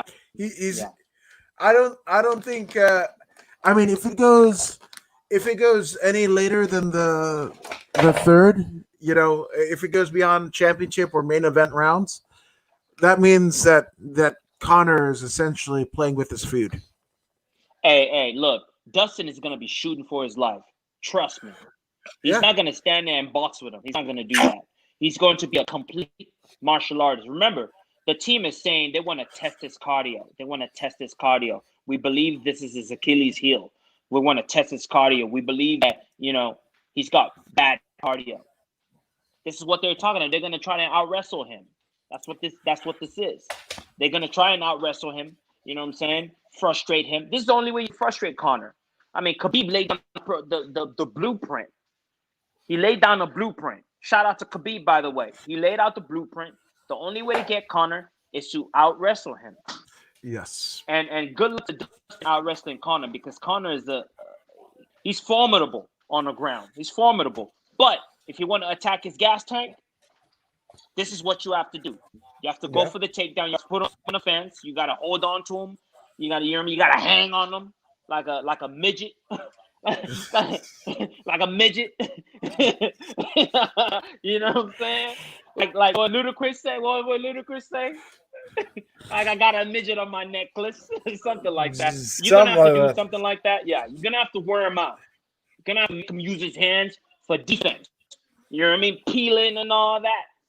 Put some lactic acid in his arms and legs, and then start boxing him. This is what I foresee Dustin Poirier attempting to do, but good luck. Good luck. Yeah, that's but again, to quote CM Punk, luck is for losers, right? That's the promo. So not saying that Dustin Poirier is any bit a loser, but I will say that the largest donation that has ever been made to his charity will be made come Sunday morning. So shout out to that. That's right. Shout out to and that. by the way, that's another tax write-off. So you understand. This is the game. When you got that LLC, you can write them checks all you want. It's coming right back. It's coming. It's like ping pong. Ding, comes back. So there you go. Yeah, shit. Speaking of ping pong and shit that is going to come right back, that is our UFC 257 review. But we're going to ping pong right back here on Sunday to talk about the shit that we may have gotten right, but a lot of shit that Ice Guy got wrong. Probably. More likely than not. Right? But, I mean, we're not done yet, because what you guys should do is go ahead and like, share, and subscribe to Voodoo in the Woods, both on Facebook as well as YouTube. And then also, I mean, you can follow me here at According to Woods on literally everything, including Facebook, YouTube, Twitter. I'm not in Periscope yet, but I have other shit.